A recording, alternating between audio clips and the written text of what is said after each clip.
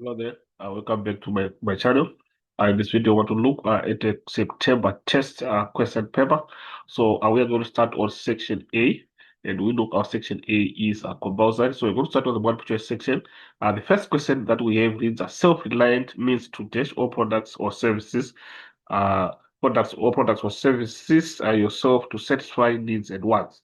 So obviously, being self-reliant, it means you are going to be reliant on your own capacities. So according to our response there, I would say that the correct one that we have is B, which reads produce. So we are saying self-reliant means to produce all products or services yourself, satisfy needs and wants. So it means you are not relying on anyone else, or you are not going to rely on any party, but you are going to rely on yourself. So basically, that's what we have on the first part. We go to the second part, which is number two, which reads the Industrial Development Corporation, which is the IDC, was founded in 1940 and played an important role in. So the correct one is import substitution. Import substitution basically is instead of buying goods outside the nation, buying from other countries, you produce the goods yourself in your own country. That is import substitution. So, in other words, we are substituting what we used to import by producing in the local economy. So, basically, if you look at the Industrial Development Cooperation, which is IDC, it provides a finance for industrial development projects within South Africa and beyond South Africa. So I would say that it was established to spearhead the development of domestic industrial capacity. So in the sense of development of domestic industrial capacity, it means the products that were being imported are now being produced locally. So this is especially in the view of shortage of manufactured goods. So basically, this is what we have. So that makes import substitution the correct response that we have. Then we move on to the next part of our question, which is now number three, which reads money that excludes notes and coins is known as. So we have the first part being indigenous money. We have got commodity money. We have got also a foreign exchange. So you see that the correct response that we have is um, commodity money. So if you look at commodity money basically it is a money whose value comes from a commodity of which it is of the commodity of which it is made. So basically that's what we mean a commodity money. It consists of objects having value. So that's the case that we have. So in that case we have commodity money would be. Then we move on to the next part, which is number four, phases that the population of a country goes through, showing how population growth has progressed over time. So this correct one is a demographic cycle. So this is the demographic cycle C. And number five, an economic system developed in Europe based on the idea that government regulates economic activities to trade precious metals. We've got mercantilism, we've got mineralism. We also have economic policies. So the correct response is A, which is mercantilism. Then we go to the next part, which is on matching words. So basically, if you look there, we're given column A. We also have our column B. So in terms of the first term that we have is Lombard Bank. So we check which one do matches Lombard Bank that we have in column B. So if you go to E, you see that this is the most appropriate. The first bank established in the Cape.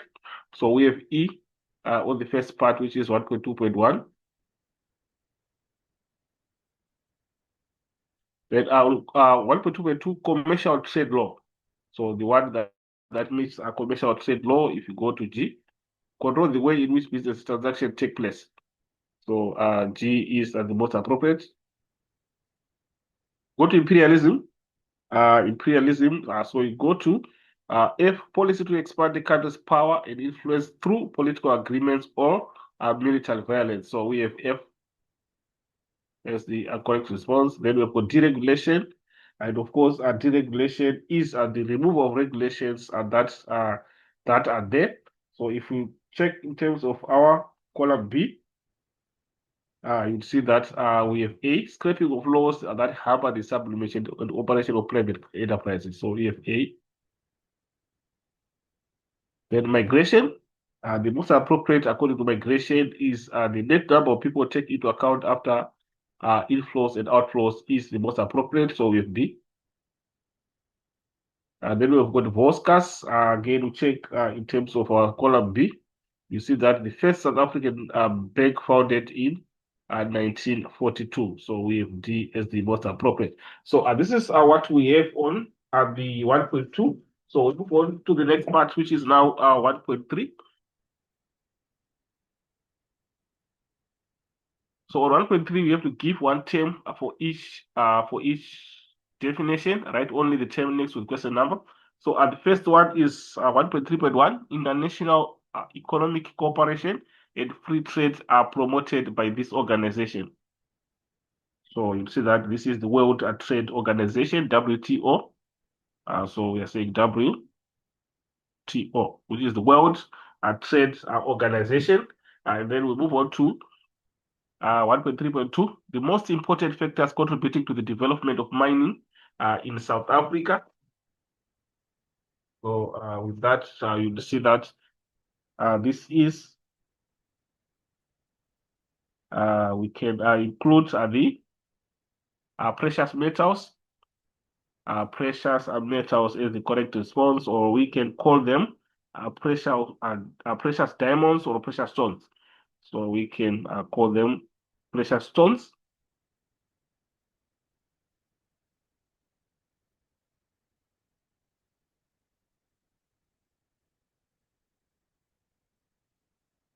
Then moving on to 1.3.3, the first notes printed in 1782. We'll see that this is the Rix dollar.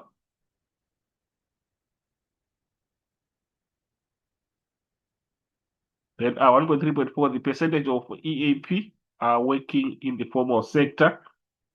It is the labor force absorption rate. Labor force.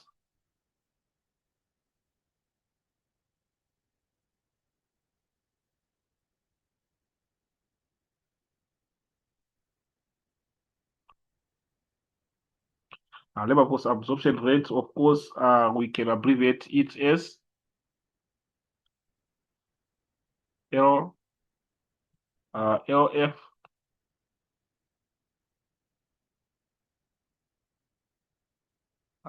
AR.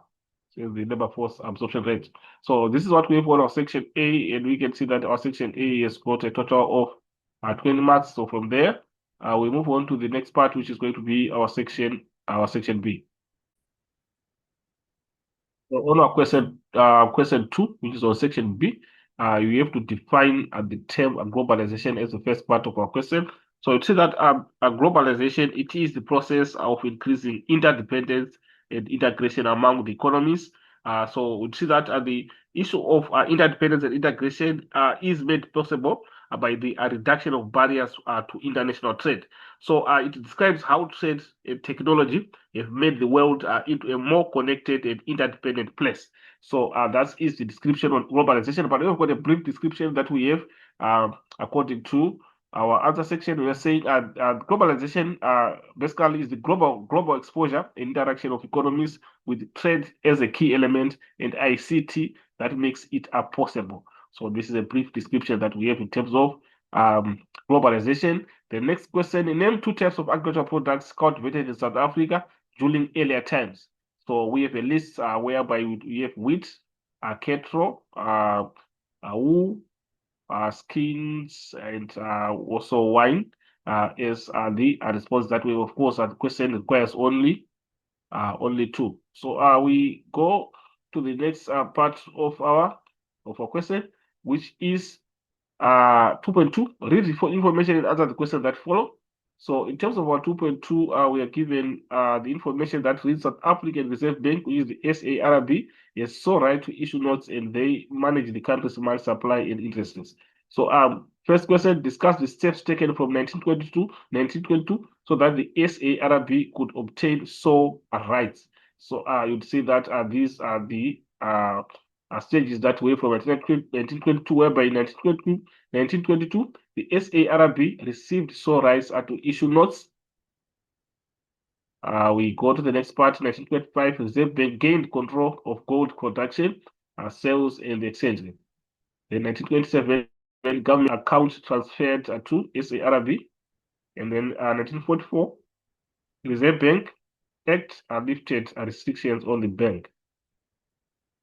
And then 1981, the sole right to sell gold overseas was ended. So these are the stages that we have according to 2.2.1. The 2.2.2 name two forms of loans granted by banks. So you'd see that we have got personal loans, leasing loans, mortgages, overdraft accounts. And then we move on to the next part, which is now our 2.3. So 2.3 is inside the cycle and answer the questions that follow. So we're given a cycle that we have there, whereby, of course, there are phases that are there, phase 1 to phase 5. Then discuss the first and last phases of the demographic cycle. So you see that we have got at the first end and the last phase. So we can start with the first phase. So if you check there, in terms of explanations, we are saying in the first phase, there's no birth restrictions and birth rates are high. And then the community is poor and there is lack of medical care and facilities. Death rate is high, known as young population, and natural growth rate of phase is low. So these are the characteristics that describes our first phase. The last phase, of course, we refer back, we see that in terms of our last phase, this is our last phase. And then it is described by natural growth rate is low and it starts to level out. Birth and mortality rate is low.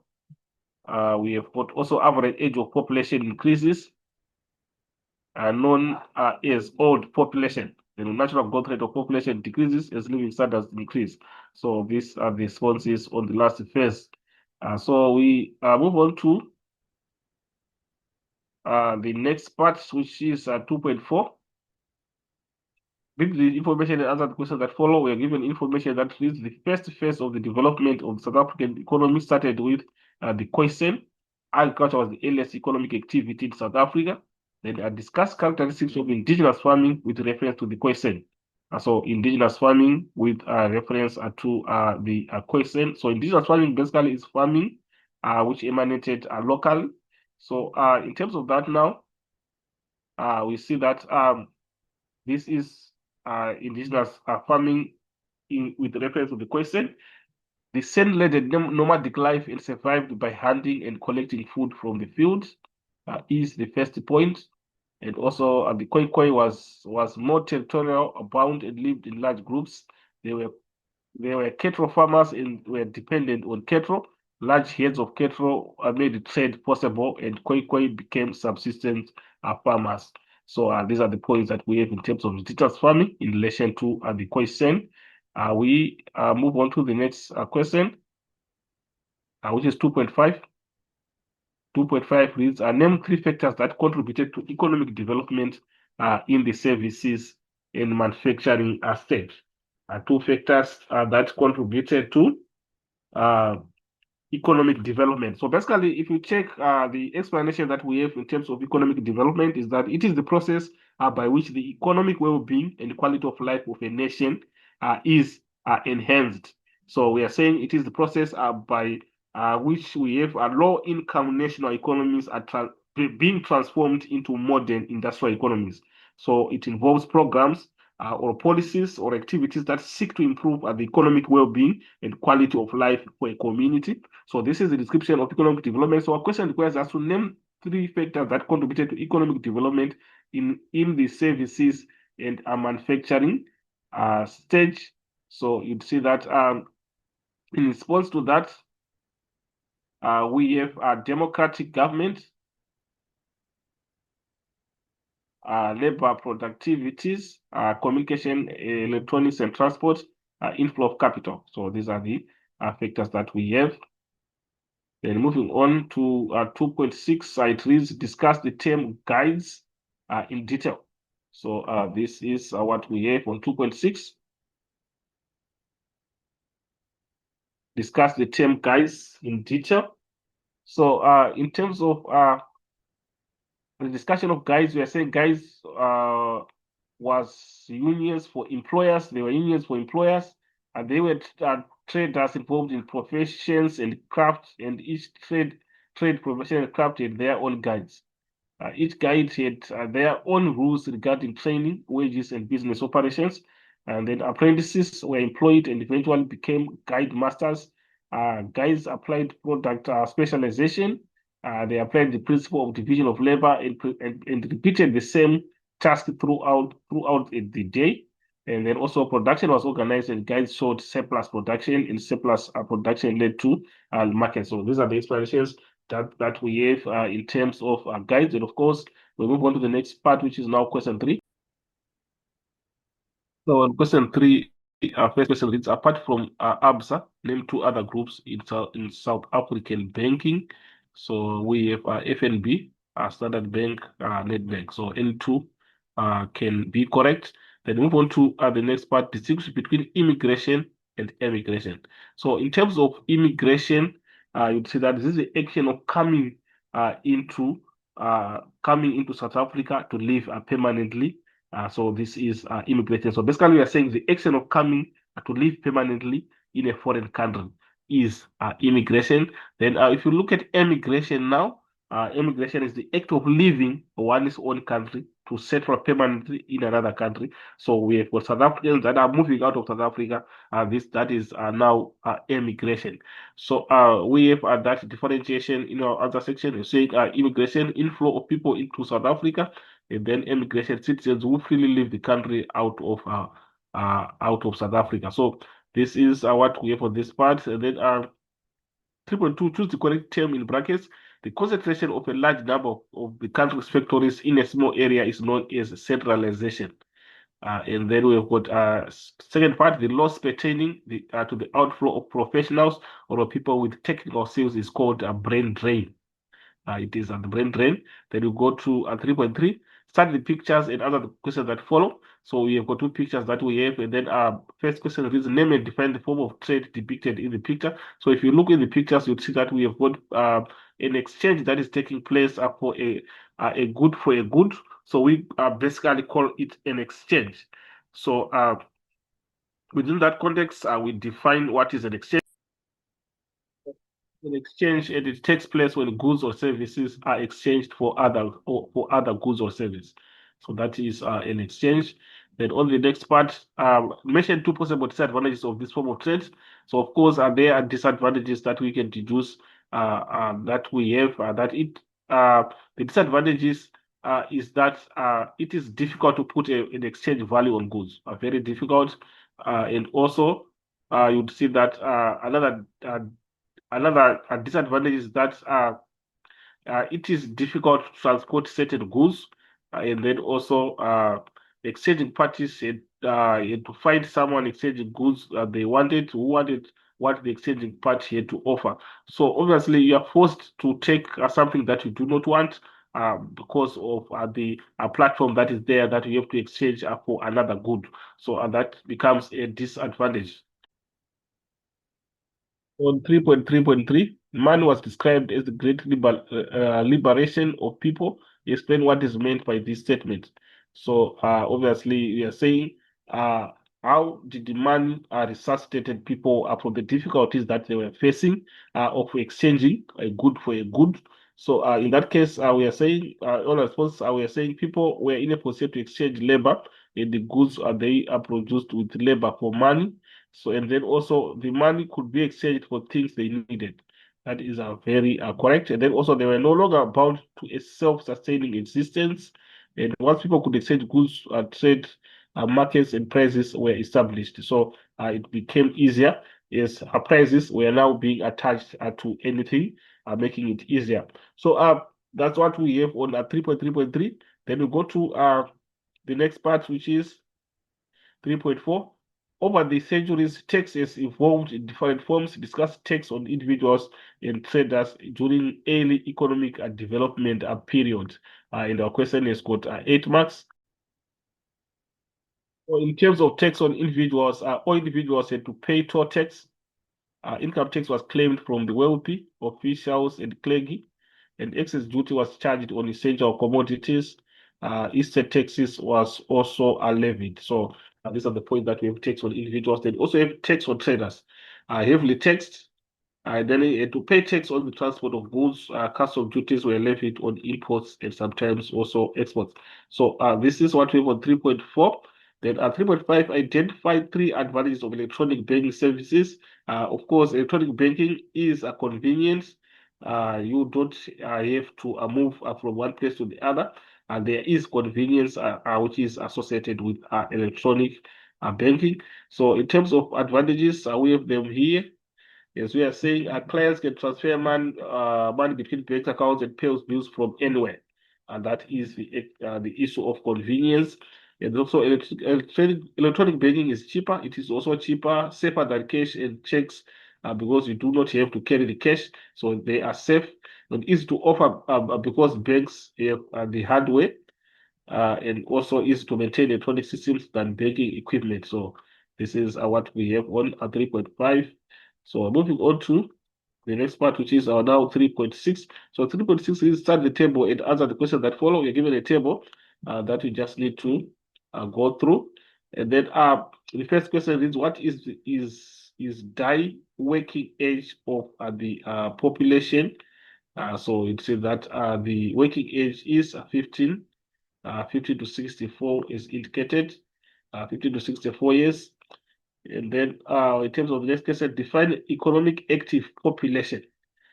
Economic active population, those that are able to work, whether they are going to work or not, but those that are capable of working is economic population. So saying the labor force, the sum total of working and unemployed people describes that. Then on 3.6.3, the unemployment rate of a country can be calculated in two ways. Name and distinguish between the two types of unemployment rates. So, what are the two types of unemployment rates? We've got unemployment in terms of the extended definition, whereby we're saying unemployed people who do not seek or create active population. That is the first part. And then we also have unemployment rate in terms of the narrow definition, whereby unemployed people seeking or creating active employment, which is the official rate. So this is what we have, and then we've got a total of 40 marks on our question 3. So from there, we move on to the essay section. So on our question 4, the essay reads economic development in South Africa consists of 4 phases. We have got the livestock and agricultural stage, agriculture and mining stage, mining and industrial engineering, services and manufacturing stage. Then you have to discuss the first 2 phases with reference to factors that contribute and hamper economic development. So we are talking about at this stage before 1868 and then the 1869 to 1909. And then the additional part you have to discuss the impact of HIV and AIDS on the consumer and business. So this is an essay, of course, we are going to start with our introduction and we'll see that this is a typical introduction that we can come up with within the context of this essay question. And then the main part, you have to discuss the 2 phases with reference to factors that contribute. So factors that contribute are the factors that are going to promote economic development. And then those that hamper are those that are going to restrict what are coming as limitations in terms of the extension of economic development. So basically that's what we have. And so you would see that within the context of defining what is economic development, basically it is the process by which the economic well-being and quality of life of a nation is enhanced. So we are saying it's a process by which low-income and national economies are transformed into modern industrial economies. So so basically it involves programs, policies, or activities that seeks to improve the economic well-being and quality of life for a community. So basically, the quality of life is going to be enhanced during the process or through the process of economic development. So in this case, we are going to start by looking at the two that we have, that is these 2 phases, and we check in terms of those how we have the factors that are promoting economic development, and then we look at those that are restricting economic development. So in terms of livestock and agriculture is the first phase. The promotion part is coming in the form of shipping, trade, infrastructure, and we, of course, we have got the explanations beneath that. We also have on the other part of hampering, that is restricting economic development. We've got the colonial authorities applied a mercantilist policy in the following cases, and also the hostile environment was hampered, is hampered development through the need cases. So also agriculture and mining, the promotion part is also pointed out in point form. And then we check again in terms of the restriction part of agriculture and mining or the economic development, lack of infrastructure, lack of capital. So those are the points that we have: lack of skilled labor, a shortage of miners. Then we go to the additional part now. Additional part is discuss the impact of HIV and AIDS on the consumer and business. Obviously, this is going to be a negative impact. We check according to what we have. We said in terms of the consumer, negative impact on living standards is going to cause negative impact on living standards. Households lose income, medical expenses increase, more money is spent on necessities and less on food. And then we go to business. Business profitability decrease due to decrease in productivity. Yes, of course, this is going to affect since the health part is affected. Then we've got high training costs to replace workers who die, who are going to die due to HIV and AIDS, and also we've got loss of experience. So these are some of the negatives that we can deduce from HIV and AIDS. And of course, this is now the last part of the conclusion, and this is can be the typical conclusion that we can come up with according to the question that we are looking at. So on our second essay, I have to discuss the history of money in South Africa with emphasis on early African money, South African money, and then South Africa was exposed to colonialism from the mid 1600. At least three advantages and disadvantages of colonialism. So we have also the additional part whereby we are going to list the advantages and disadvantages of colonialism. So we can start with our introduction. So this is a typical introduction that we can come up with in terms of a description of economic development, whereby this economic development is impossible without money in Africa. Money has been used since early times. So typical introduction that we can come up with. Then go to the main part whereby we're going to discuss the history of money in South Africa with emphasis on early African money and South African money. So you see that in terms of early African money, these are the points that we have.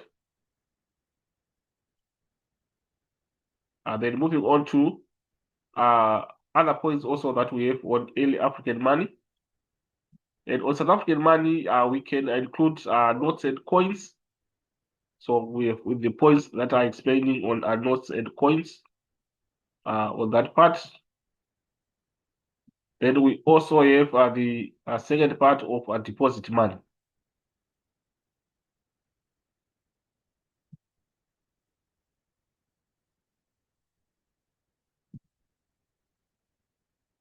Then in terms of the additional parts whereby we have to list advantages and disadvantages of colonialism, we have tabulated the advantages and disadvantages whereby we have got advantages.